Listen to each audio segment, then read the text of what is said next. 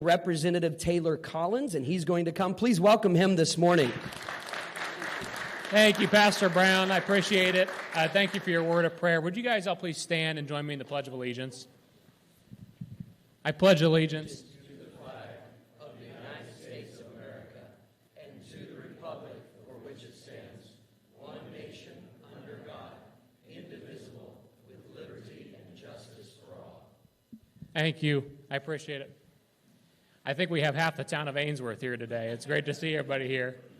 I came to the conclusion early on in this race, the same one that Governor Reynolds did a few months ago, I think you probably saw, that the stakes are too high to stay out of this race.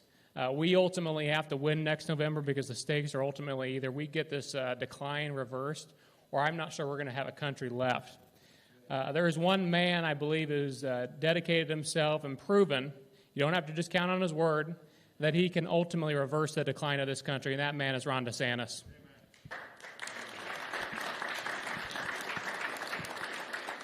Now, before we hear from the governor, we have another great governor here from the state of Oklahoma actually here today. I have not met the governor up until this point, but I just saw last week that he eliminated DEI in the state of Oklahoma. And there's something must be going on between these three states, Florida, Iowa, and Oklahoma. It is gone in those three states.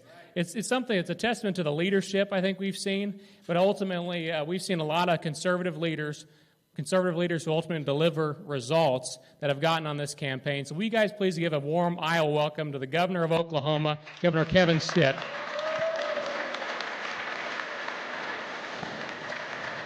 Thank you all. Thank you. Thank you. Man, I feel right at home, except your bucks are just a little bit bigger than ours in Oklahoma. I think y'all have more corn here than we do. But man, it's such an honor to be with you. I came in from Oklahoma yesterday to hang out with Governor DeSantis and put my support towards him. And I get to do so many cool things as governor. I get to represent my state and go to D.C. and then get to hang out here in Iowa with you. And my wife and I have been married for 25 years. We have 6 children. And when I won governor, I had no idea that being governor was going to make me a better parent. You see, my 18-year-old ended up joining the Army. We're so proud of him, and we went to his swearing-in ceremony. So when you swear into the Army, you promise to obey the President of the United States, to defend the Constitution from all enemies, foreign and domestic. And here's my 18-year-old son, because he was also joining the Oklahoma National Guard. With his hand in the air, he promises to obey the commands of the governor of the state of Oklahoma. So, I've been wearing him out, go polish my boots, soldier, go wash my truck, and he's been rolling his eyes at his dad. The reason I'm 100% backing Governor DeSantis is he is a true leader. He gets things done, and he never backs down. We need someone in Washington who has that type of mentality and can be there for 8 years, not just 4. People don't understand exactly how big of a deal that is, because if you're there for 4 years, you're basically a lame duck from the beginning. We have to have that re-election and get him there for 8 years. So I think it's so important that we think through that thing. And then also, when I think about COVID, and I watched as a governor, it was so difficult. And I know for a lot of leaders around the country how hard it was. We had a Republican administration, and Fauci was telling everybody to shut our schools, to mandating masks and vaccines and all that kind of stuff. And so as a governor, I was had under tremendous pressure in Oklahoma. I can't even imagine the pressure in Florida, a much bigger state than mine, and what he was under. But here's the deal. We don't believe that you put the Constitution in the attic just because somebody in Washington, D.C. tells you to, right? And so I sued the federal government and said we're not going to make our National Guard get vaccines. Those are personal choices. I was one of the few governors that refused to do a mask mandate statewide. Guess who the other governor was? Governor DeSantis. He will protect your freedoms. He will protect our kids. Okay? I mean, when Disney started doing all their nonsense, you guys, can't tell you how hard that is. Disney is the largest corporation in his state, the biggest funder and all the political pressure on him not to take that fight on, Governor DeSantis doesn't care. Leaders will do things sometimes when it's unpopular, but it's the right thing to do for America. And that's why I love him. And then not only did he take Disney on, but he wins. He beat them. I'm just telling you, that is so difficult to do, and you don't see that in other leaders. I come from the business world, and so when I see that type of leadership, I just jumped in, and I know Kim Reynolds, your governor, she jumped in. I know everybody in the race, okay? And I'm just telling you, without a doubt, we have to get someone there because it's an inside baseball game sometimes in Washington, D.C., and they're just trying to protect the lobbyists and all the special interest groups, and they forget about people in Iowa and people in Oklahoma. That's why people hate the politicians. We have to put somebody up there that's not going to back down, that is always thinking about doing the right thing for our values, our godly values, our entrepreneurships, our free enterprise, our family values. And that's Governor DeSantis. So I'm so happy to introduce him and have him speak to you guys. And so it's my honor to introduce to you the next President of the United States, Governor Ron DeSantis.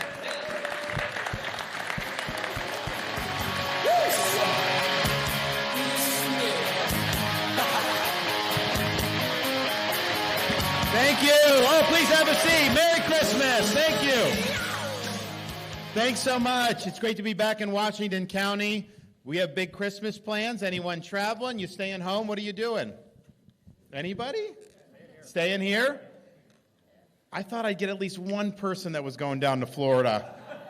I know if I go down to Southwest Florida, I'll see a lot of people from the Midwest and Iowa and specifically. So, yeah, my wife and I, we have the kids here. We're going to be heading back to Florida for Christmas with the kids. I think I've got most of the gifts arranged. I think I've got Santa in a good spot, and we should be able to do well over the next few days. And so we're excited to be able to finish. This will be the last day before Christmas that we're doing any campaigning, and it's great to be back here. Thank you all for coming. I want to just take most of the time just answer your questions. I mean, I'll say a few things, but I'd rather just hear from you, particularly as we get ready to get into Christmas. I'm running for president because this country is in a state of decline. We're in jeopardy of turning over to our kids and grandkids in America less prosperous and less free than the one we inherited. And if we do that, we'll be the first generation of Americans since the American Revolution to turn over the country with less opportunity for our kids and grandkids. Americans have always been willing to do what they needed to do to sacrifice so that future generations can be free. I don't think, though, this decline is inevitable. I think it's a choice. It's a choice we as Americans get to make. It's a choice you as Iowans get to make on January 15th, where you have the opportunity to change the trajectory of the country in the Iowa caucus. I am not going to sit idly by and watch the managed decline of this country. I am not going to sit here and say, I could have done something, I could have made a difference when America needed leadership. We need a new birth of freedom in this country. We need a revival of the American spirit in this country. And I will deliver that as the next president of the United States. And I see this stuff in terms of the challenges. I'm a dad, first grader, kindergartner, pre-K3. And my wife and I are very sensitive about the type of world they're going to be stepping into as they get older. And that's animated a lot of the fights that I've had in Florida, where I've had to dig in and really fight for people because it is personal. When you're a parent, you see what other parents, during COVID, for example, we had to fight Fauci, the CDC, the media, the left, a lot of Republicans to say kids have a right to be in school. You can't be like California and lock them out of school for a year and a half. They have a right to be there. And there's a lot of people that didn't like it, but it was the right thing to do. And we stood and we fought. We took the arrows. But I was happy to take the arrows because a leader is going to take the incoming. A leader is going to stand up for the freedoms, jobs, and education of his people and care more about doing that than he does about protecting his own political hide. It's not about trying to just avoid bad headlines. It's about getting the job done for people that depend on you, for people that need a voice.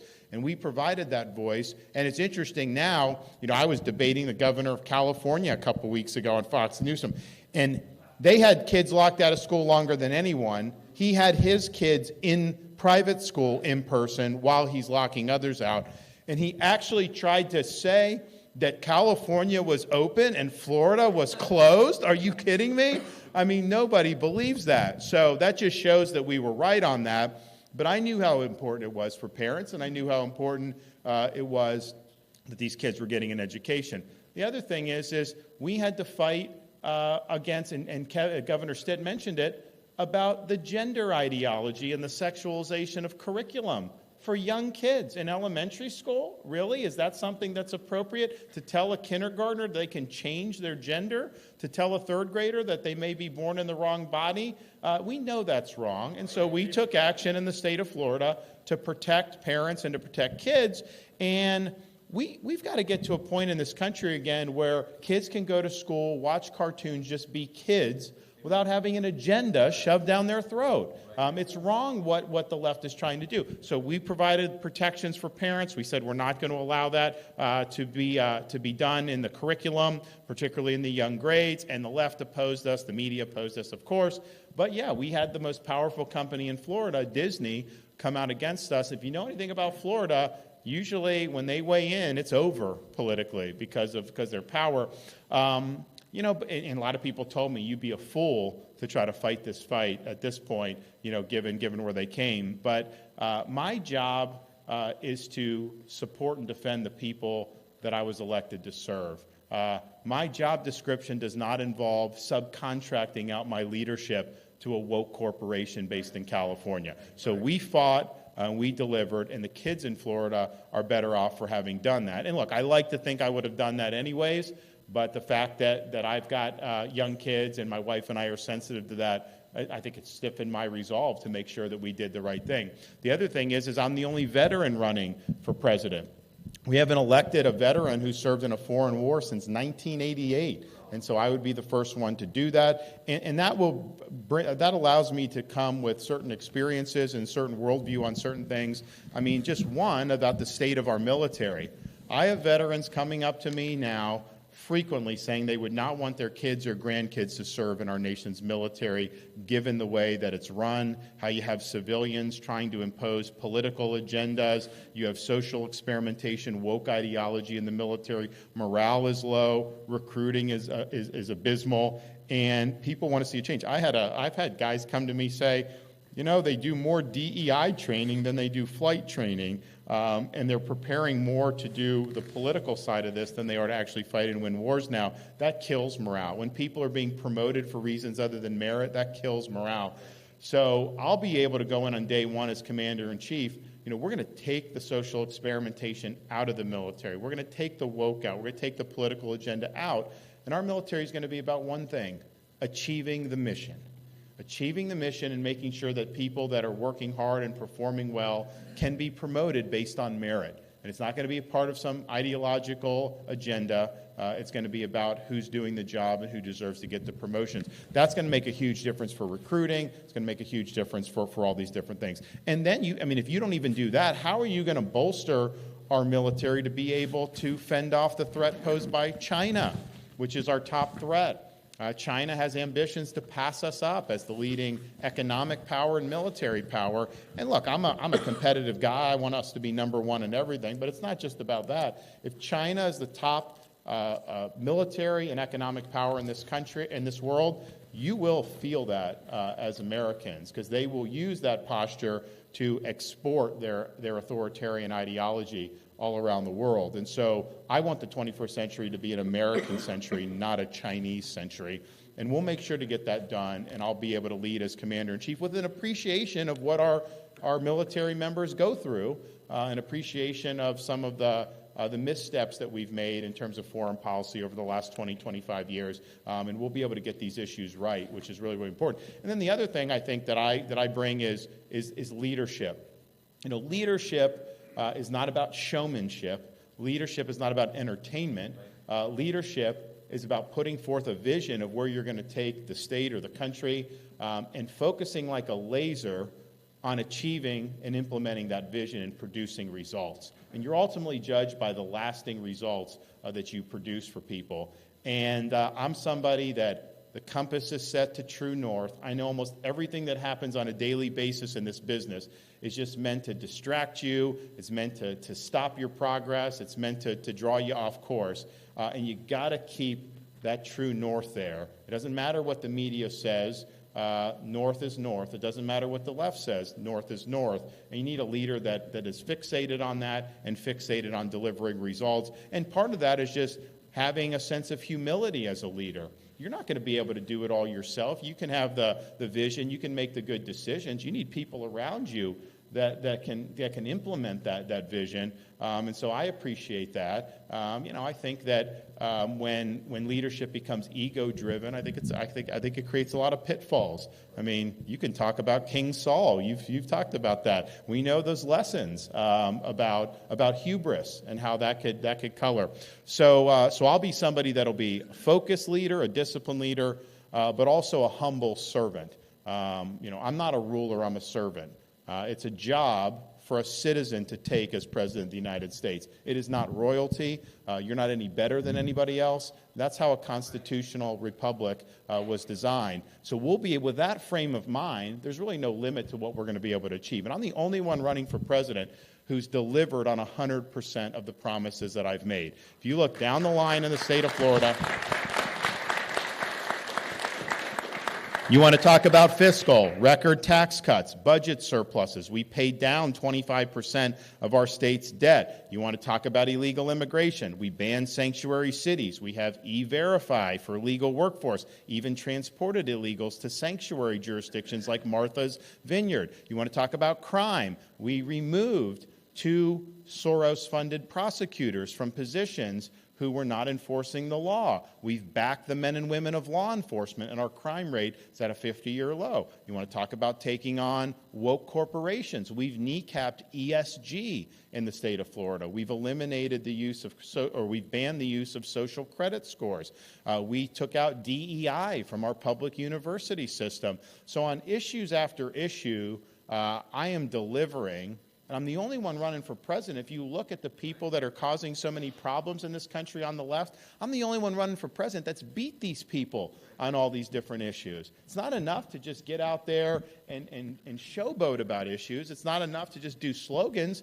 Deliver some victories for the people that you represent. That's what we need to do. I'm sick of Republicans losing all the time on all these things. It's like Lucy with the football. Charlie Brown, come, take it away, and the Democrats win again in Washington. We've got to break that cycle of failure and break that culture of losing. So I'll do that. Final thing I'll say, and Kevin and I take your questions, is I'm motivated by the next generation as a parent of young kids, but I also am motivated by the sense of gratitude that we owe to people that have come before us and that have sacrificed for us so that we'd have a chance to live in a free society. I used to fly into Reagan Airport in Washington, D.C., and there was a route you could take going into the National Mall, which took you right parallel, or going into Reagan, which took you right parallel to the National Mall. So if you looked out the left side of the plane, you saw sweeping up-close views of the Lincoln Memorial, the Washington Monument, other monuments, the reflecting pool, the beautiful U.S. Capitol building, and you feel a sense of pride as an American because those are symbols of the principles and ideals that have made this country unique and, at our best, have made us the greatest country in the history of the world. But what I figured out after doing that trip, the best monuments to this country and to freedom were not on the National Mall looking out the left side of the plane. Because if you looked out the right side of the plane, you looked over the Potomac River, you saw a series of small, nondescript monuments orderly arranged over the rolling hills of a place called Arlington National Cemetery. And it occurred to me then, and I believe now, you can have the best Constitution in the world. You can have the best Declaration of Independence in the world. These things do not run on autopilot. They require every generation of American to step up and defend freedom when it's threatened, and sometimes put on a uniform, risk your life, and even give the last full measure of devotion for service to this country. Now, we're not called upon to make sacrifices of such a nature, but what we are called upon to do is to preserve what George Washington called the sacred fire of liberty. This is a fire that burned in Philadelphia in 1776 when 56 men pledged their lives, their fortunes, and their sacred honor to establish a new nation conceived in liberty. It's a fire that burned at a cemetery in Gettysburg, Pennsylvania, when our nation's first Republican president pledged this nation to a new birth of freedom. It's a fire that burned on the beaches of Normandy, France, when a merry band of brothers stormed the shores, defeated the Nazis, and preserved liberty throughout the world. It's a fire that burned at the foot of the Berlin Wall in 1987, when a resolute Republican president stood in front of that wall and said, "Mr. Gorbachev, tear down this wall," eventually leading to the destruction of the Soviet Union. This is our responsibility, to carry the torch and to preserve the sacred fire of liberty. It's not a responsibility I shy away from. It's a responsibility I welcome. I'm asking for your support on January 15th. If you've already signed up for us, get a friend, get a neighbor, get a coworker, get family members, and bring them out so that they can make their voice heard. Don't let the media tell you you don't matter. You matter. Don't let them try to tell you that they have a poll that says you don't matter. You matter, and you have a chance to change the trajectory of this country. I will be a nominee that will get the job done. I'm not going to make any excuses. We're going to win across the country, just like we did in Florida. As a leader, I'll always conduct myself in a way that you can be proud of.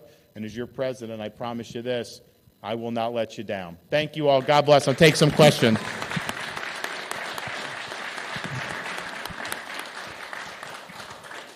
you talk about how you would like to devolve power out of Washington, D.C. And that, I know that involves personnel and all of that, but you've talked about in the past, and I'd like people here to know about how you move that power from that beltway area. Yeah, so I mean, I think if you look, what we have now, I mean, there's two parts of this. One, we have a massive, unaccountable bureaucracy that functions as a fourth branch of government. That is not how the Constitution was designed. That is not how the Founding Fathers envisioned this country to operate. The other thing is you've had, because the bureaucracy is so big, you've had an accumulation of power inside Washington, D.C. So the people that are involved in all those agencies, they represent basically a separate and distinct class from the rest of the American people. And so they're basically ruling over us. They're imposing their will on us without our consent, and even irrespective of the outcome of the elections. I mean, we have a situation where, Donald Trump gets elected in 2016, and the bureaucracy basically just laughed at those results. They just did whatever they wanted to. In fact, they even tried to kneecap his presidency. That is unacceptable. The rightful owners of this government is we, the American people. It's not the permanent bureaucratic class. So part of what you need to do is you need to break up that accumulation of power by having different parts of the government and different parts of the country so that you can't have a class like that that's there. But part of it, and the size of government's important. I mean, in Florida, I have millions of more people in Florida than New York does, yet New York's budget is twice as big as Florida's budget, and we have among the lowest, probably the lowest per capita state employees in the country. And yet, when people move from New York to Florida with our smaller budget and much smaller bureaucracy, they say you have better services in Florida, you have better roads, you have better education. So much of this big federal bureaucracy is not necessary to perform the core functions. We've shown that in Florida. The fact that we can deliver better services at half the cost with more people than New York should be proof positive. So some of that, no question, you need a reduction in the size. But I think even more important, you need to limit and reduce the scope of government. Because you can cut the number of bureaucrats in half.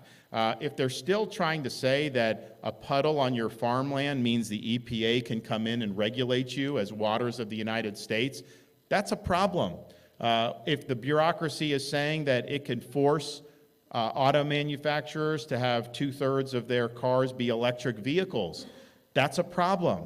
Those are not being voted on by your elected representatives. So we're going to work with what I do, but also encourage Congress to use their power of the purse to really limit the scope of government. I mean, government should have a defined, narrow scope of things that it does, and you do need national security. There's certain things you do need, but man, we've had massive mission creep over the last many decades, and we need a course correction. So we will do both of those, but the ultimate thing is more power will reside with we the people than with they the bureaucrats. And that means your freedoms are going to be better respected, and that means the policy is going to end up being more effective. So that's the task that we have. It is not easy. You got to have a president that is very focused on doing this, that understands where the levers of power are, and is going to be very disciplined in how that is brought to bear. I've shown that in Florida. Nobody else running has shown that at all. I mean, the former president, let's just be honest, the bureaucracy ate his lunch for 4 years, and it culminated in Anthony Fauci running the country in 2020 during COVID to disastrous consequence and disastrous effects. And I don't think some people like a Haley, she wouldn't even try to change anything. I mean, she would be a potted plant. So so we know who the change agent is, and it's me, and I've shown an ability to do it. Yep. I've got a two-part question. First off, how do we get more citizens to become military,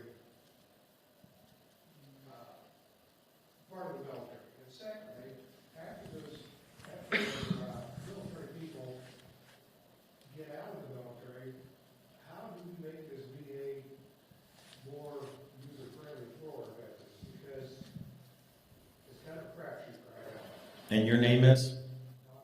Okay, Don. No, I think those are excellent questions. First, the recruiting goes back to, I think, fixing the problems with the culture of the military.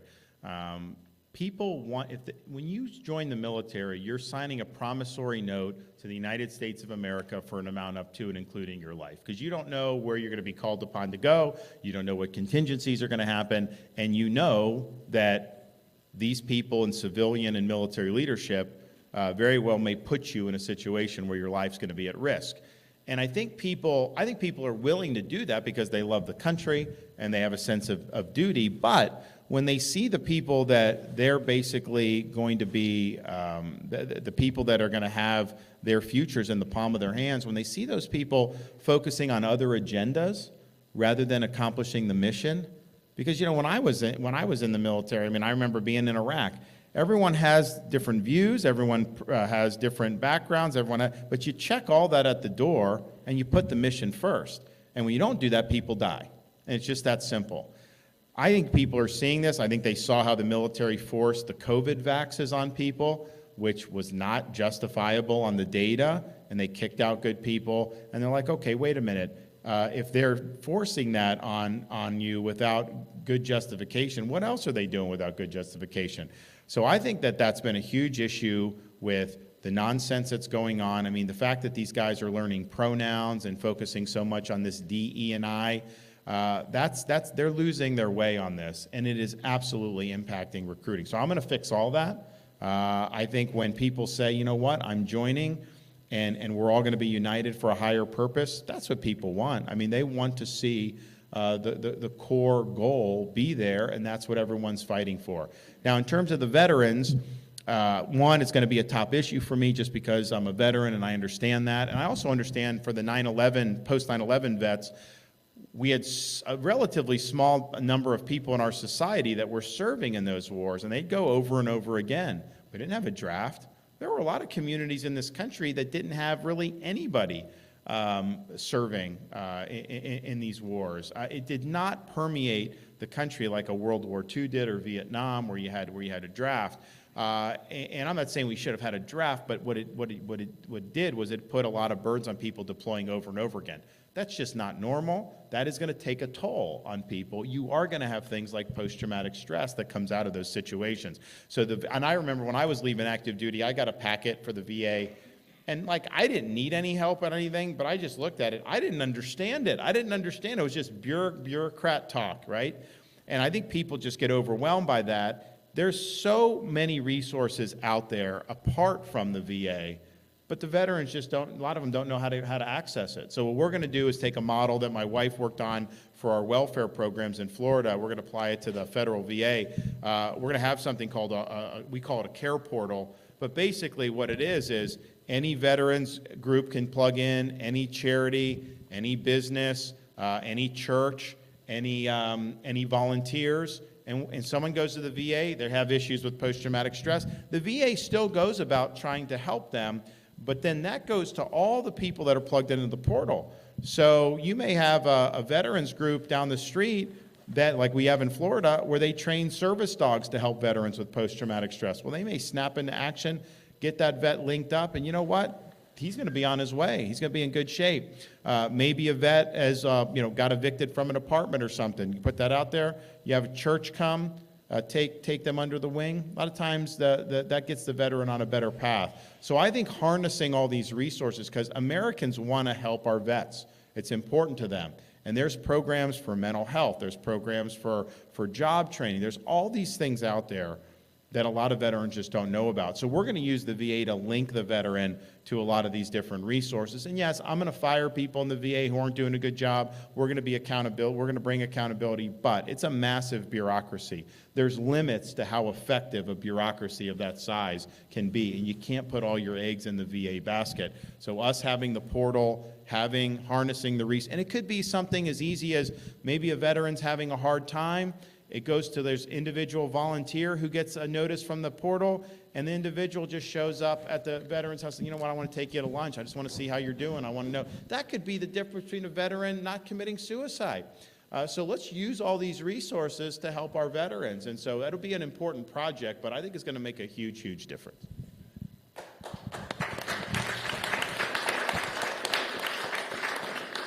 Yes.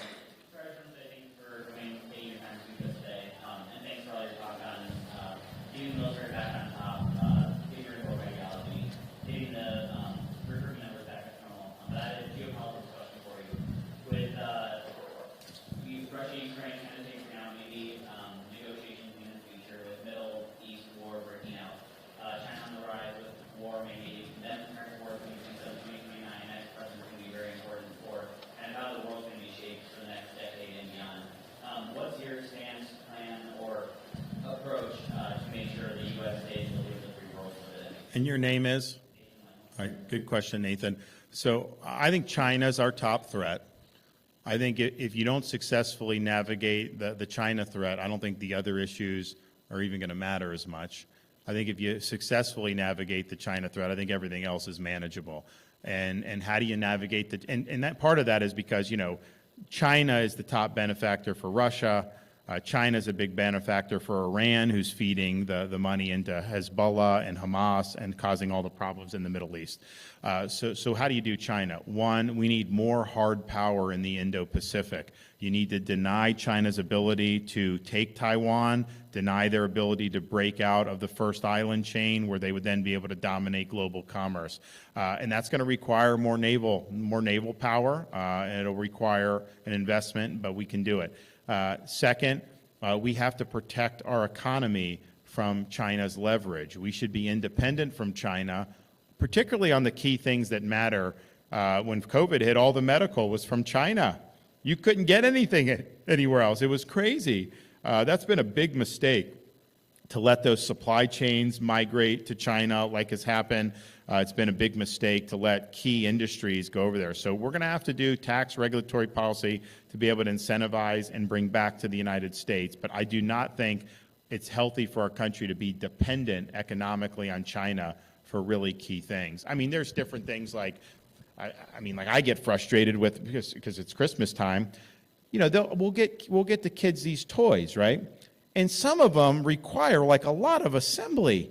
So the instructions will be like 2-point font, and it's like not even very good stuff. And I'm trying to find a new screwdriver and this and all that, and they don't have all the parts. So it's like it's an inordinate amount of time to be able to get the kids whatever they get, and then it ends up breaking in 2 days anyways. And it's because it's cheap stuff. That comes from China, and it's just frustrating. So, but the elites in this country have allowed that to happen. So the economic independence, and then curbing their influence here in the United States. We ban China from buying land in the state of Florida. I don't want them owning farmland. I don't want them owning land near military bases or critical infrastructure. We shouldn't have that anywhere in the country. We kicked out the Confucius Institutes from our universities. They should be gone everywhere. China should not be able to pour money into American universities to exert influence. So understanding the role they play here domestically in exerting influence over our society and culture is important, and we need to reverse that. So I think if you do all those three things, and then we're in an economic competition, we've got to do better here with our budget, with our growth and everything, and that's a whole separate discussion, but that will impact how we are vis-a-vis China. If we're strong here, we're going to be stronger there. China, they've got a lot of problems. They're not some type of unstoppable juggernaut. I mean, they've got major debt problems. They've got major demographic problems. I mean, they imposed a one-child policy, forcible a one-child policy, so their demographics are out of whack. They have tens of millions of more males and females, because what they would do if a family had a girl, a lot of times they would abort the girl to try to get a boy, and that happened a lot.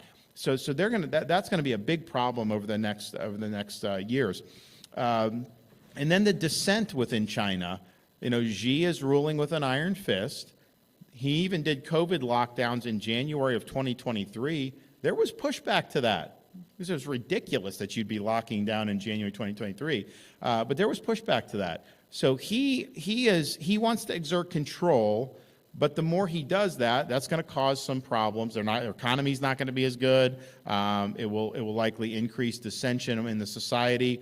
So they've got a lot of issues they've got to work through. So if we're strong here at home, if we do what we need to do militarily, if we're smarter about how we interact with them economically, we're going to be in really, really good shape. In the Middle East, I've got a lot of experience there, not just from serving in Iraq, but I was on House Foreign Affairs in the U.S. Congress for 6 years. So I was on Middle East. I was the National Security Chairman. So I did a lot of stuff in that area. I mean, I've been calling to defund the Gaza stuff for years because, of course, it's going to Hamas.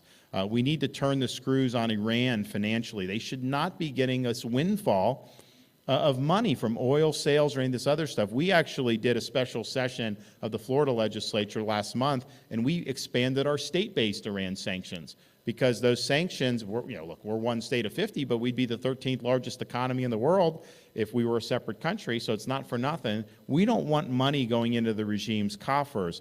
They are going to turn that around and foment terrorism. That is why they're in power. This is what they believe. We're 40 years. This year was the 40th anniversary of the bombing of the Marine Corps barracks in Beirut, Lebanon. Killed over 240 Americans, and it was the deadliest attack against Marines since Iwo Jima. And that was orchestrated and funded by the Iranians through Hezbollah. When I was serving in Iraq, Iran was the #1 source of American combat deaths. They killed over 1,000 of our troops during the Iraq conflict. So they are mortal enemies of this country. The idea that you give them massive sanction relief in the hope that you're going to get a deal with them, any deal that is going to be good for America, they are not going to want. They want to see America ended. That's their ideological objective. Obviously, they want death to Israel as well. So we just got to be smart about dealing with the Iranians because they're a disaster. I do think, not right now because of what's going on with Hamas, but I do think you can probably end up getting a peace agreement between Israel and Saudi Arabia. And if that's the case, Israel would have peace agreements with Egypt, Jordan, Saudi, Bahrain, United Arab Emirates, and that's a much different picture than where we were 25 years ago. And that would be really good, I think, for Israel's security. You already can fly across Saudi Arabia now from Tel Aviv, which you used to not be able to use Saudi airspace. So there has been some liberalization. I think with the Hamas thing, it's probably not the right time for Saudi. They're probably not going to be willing to do it right now. This should have been done years ago. I think the next president will be able to get that done. But that will really help. What we want in the Middle East is we want the U.S., Israel, and the Sunni Arab states to be aligned against the Iranians. And it's in their interest to be aligned with Israel and us, because they understand the threat posed by Iran. Yes. You said a lot of things that I agree with in terms of what I'm concerned, how are you going to do that? How are you going to fix the Department of Education other than just get rid of it?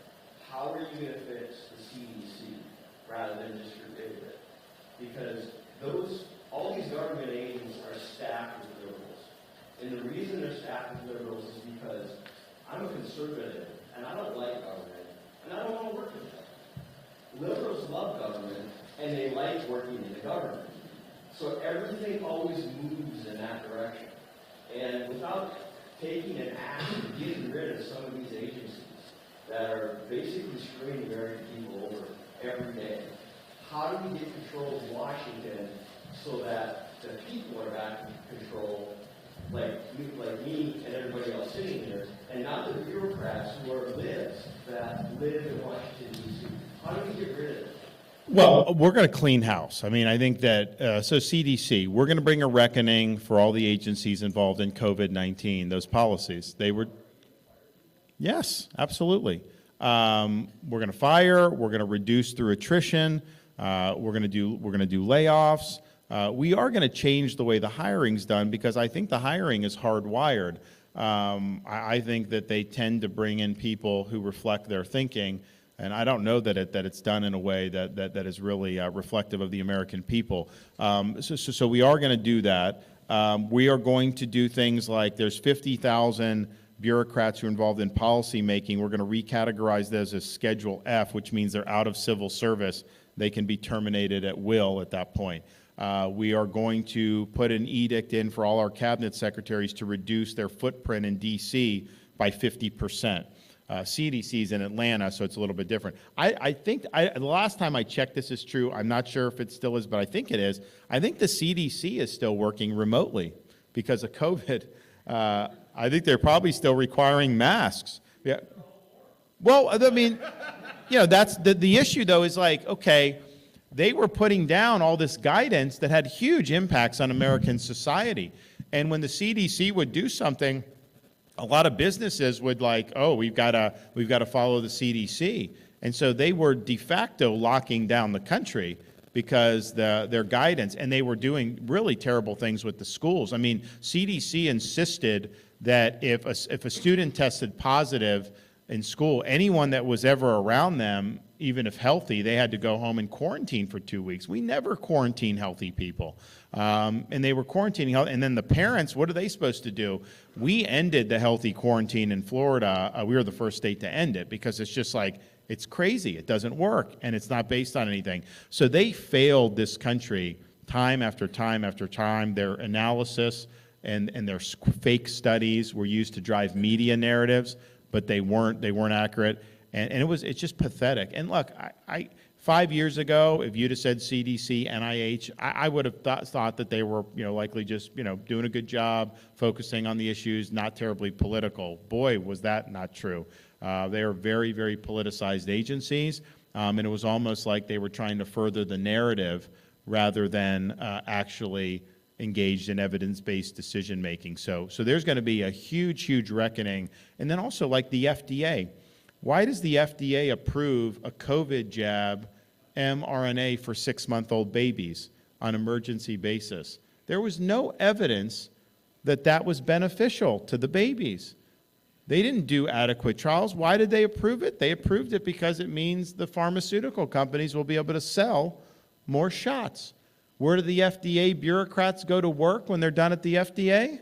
They go to work for pharmaceutical companies. And so you go back and forth. And of course we're getting this type of policy.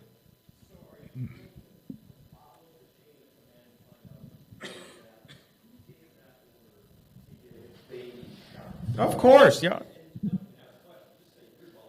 Yes, no, of course. That's why we're having a reckoning. The people that were pushing failed policies and destructive policies must be held accountable. Well, look, I mean, so you have Article 2 power. People will say, oh, there's this civil service, all this stuff. Here's the thing. Firing people for cause is inherent in Article 2. Yes, there'll be litigation over it, but I think we would win on this stuff. And I think that presidents have not been willing to use Article 2 power. And we're going to use it to be able to shape this bureaucracy in a way that is going to be accountable to the American people. Yeah, I'd love to jump in here real quick.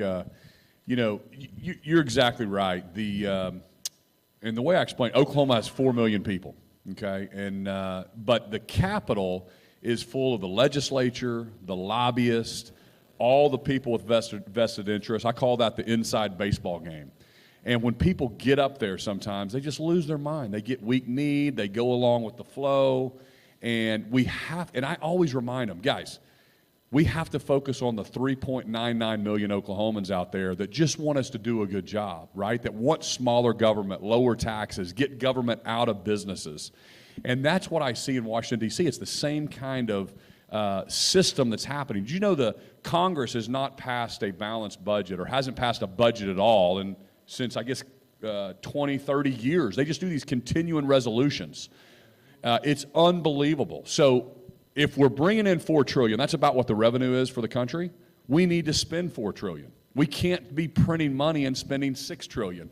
President DeSantis will absolutely hold the bureaucrats accountable and will, like to your point, all those different federal agencies, starve them with defunding them, but also hold them accountable. We saw him do that in Florida. And we need a leader that doesn't just talk the talk, but actually accomplishes it. And that's what I've seen him do in Florida, and I know that's what he'll do as president.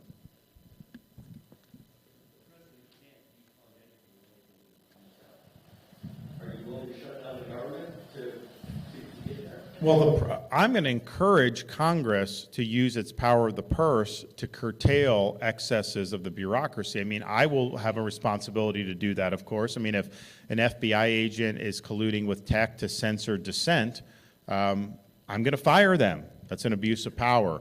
But there's nothing, I mean, the founders thought that when government was abusing its power, the best defense was that Congress would reduce funding for those functions.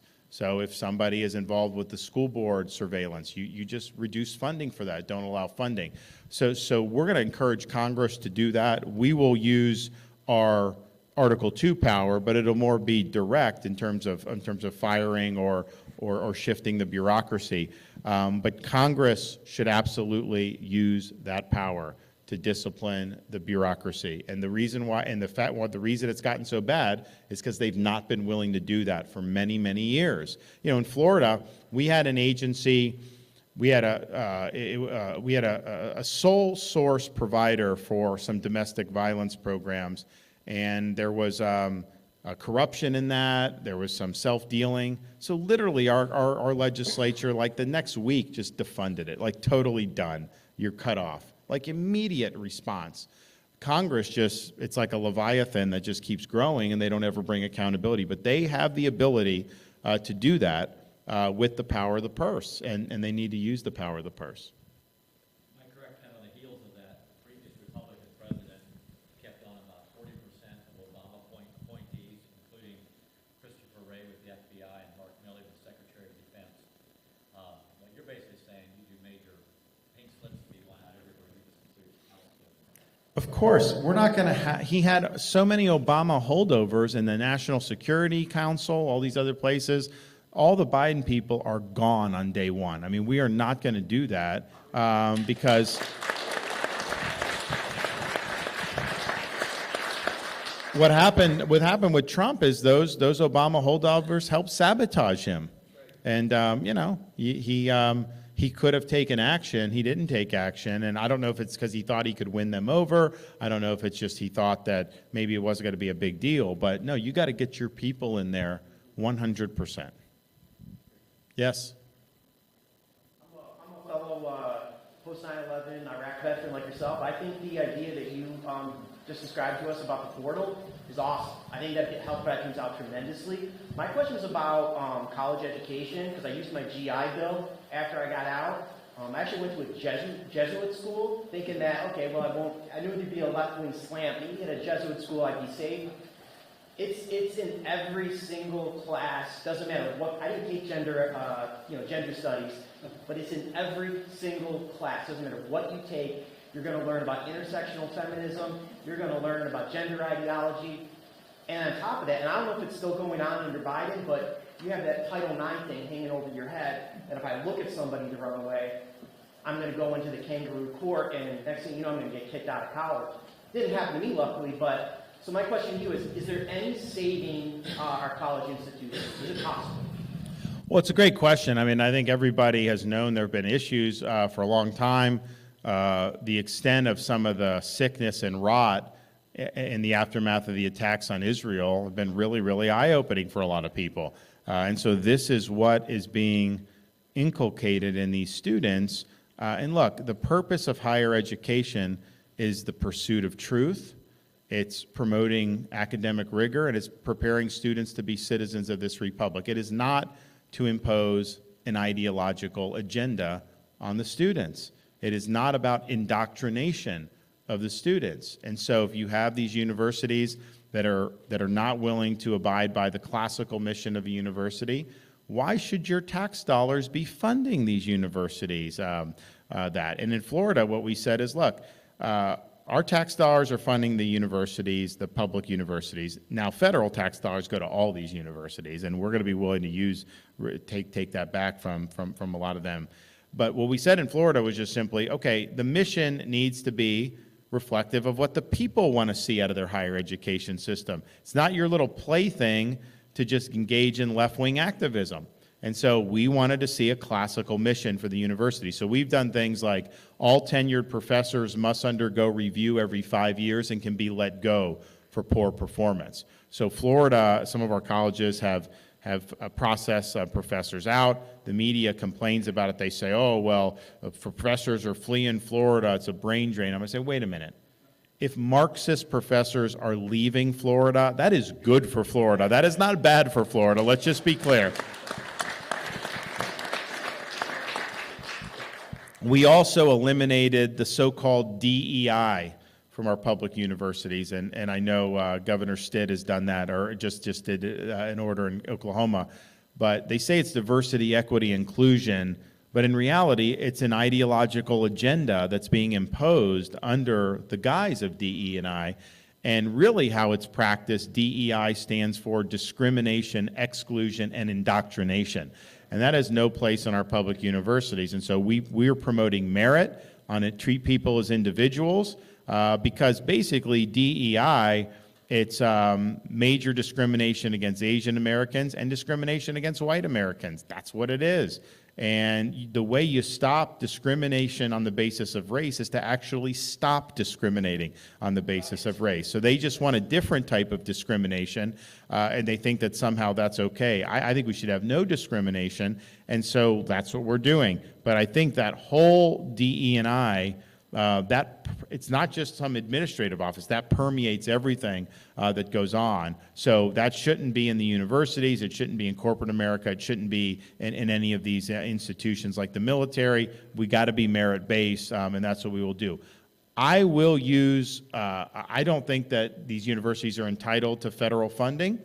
I think if they're not pursuing a mission, if they can't even protect the safety of Jewish students that are running for their lives because you have some crazed mob going after them, that's pathetic. When Harvard and Penn can't even say that a genocide of Jews is bad, whereas they'll fire people who take normal conservative positions on just run-of-the-mill political issues. You've seen this is way out of whack with that. One of the things, though, is these student loans.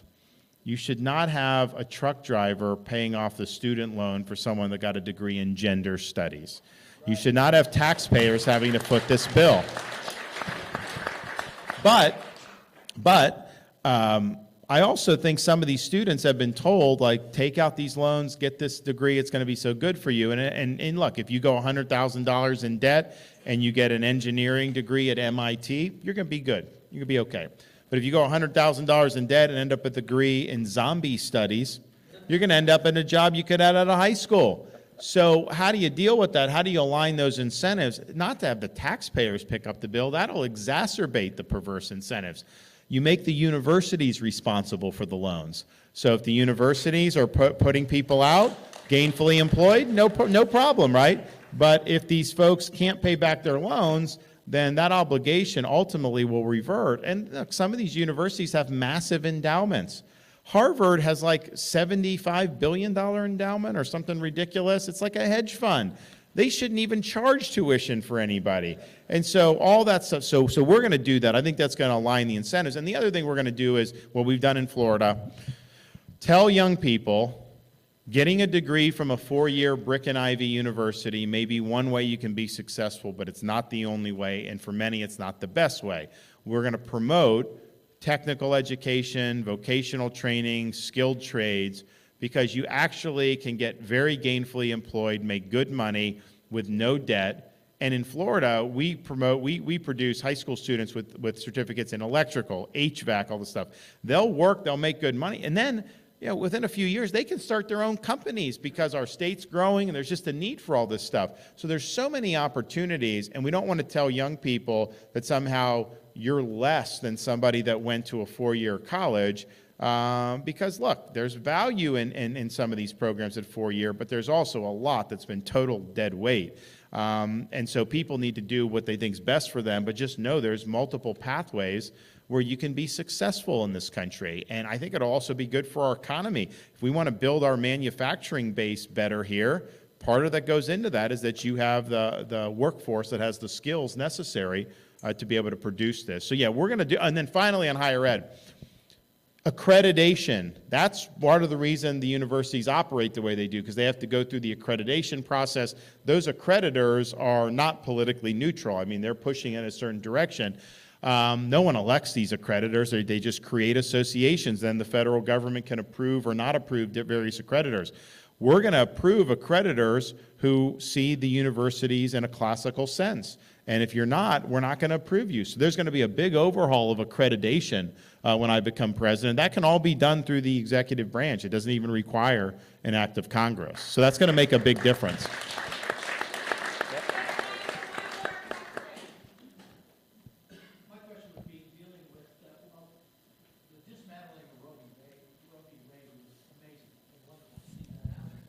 But when that happened, one of the concerns that I have, it seems like conservatives really did not have a plan in place to control and direct, not just the narrative, but something that would provide productive, healthy alternatives for women instead of thinking that the abortion was going to be the place to go. What is your plan to not only create the narrative, but also put things in place all the way to adopted care and reducing some of the restrictions? Well, no, I think that's great. I mean, I think that's aptly put. I think it was the Dobbs came down and people were just like, okay, yeah, what are we supposed to do? People were running around with like chickens with their head cut off, and the left, obviously, they're exploiting it as best they can.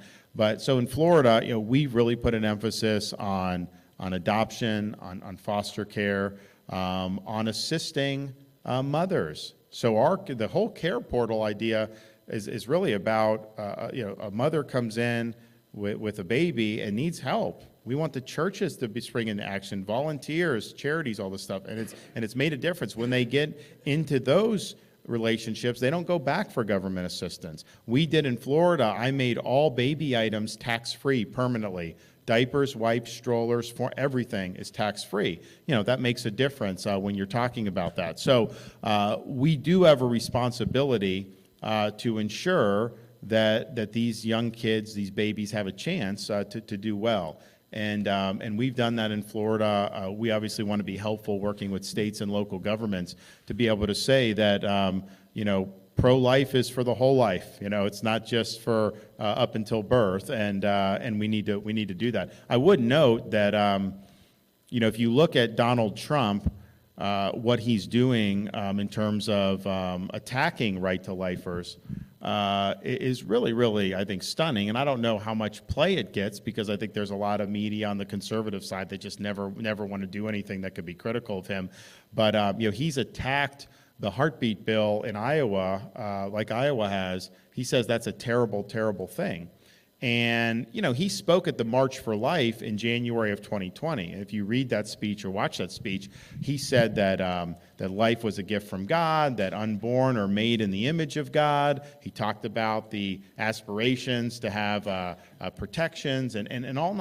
So you read that, that audience, was definitely appreciative of what he said. How do you go from that to now attacking a state from enacting protections for a heartbeat?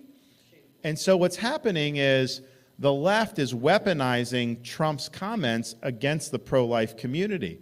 They're saying Donald Trump is saying that you guys are extreme, that this is bad. And so he's given them a gift that they are going to use. Anytime these initiatives and these referendums come up in states, they're going to advertise that. They're going to target that. And they're going to be able to use that to win some of these battles. There's no question. So his view from where it was in January 2020 till now is much different. Was he not sincere in January of 2020? Was he just reading off the teleprompter then? He didn't really mean it? Or has he flipped his position because maybe he thinks there's a political benefit to what he's doing? I don't know how you can just flip on something that's fundamental, but that's what he's done, and he's provided a lot of aid and comfort to people who are not supportive of the right to life. And so I think in this caucus, that's a live issue of somebody who, I mean, look, to denigrate people. I mean, like, there's different people at different what's the strategy going forward? And there's different people of good faith that have different views on that. And it's not even clear necessarily what would be the most effective. I think that there's room for debate. But to attack a state and to attack protections affirmatively and saying that that's a terrible, terrible thing. I mean, that you cannot call yourself pro-life at that point. So very disappointing to see, but that's the record, and that's just the result. So I've said from the beginning, I just don't think the American people will elect Trump again. I think that's the Democrats want that matchup for a reason.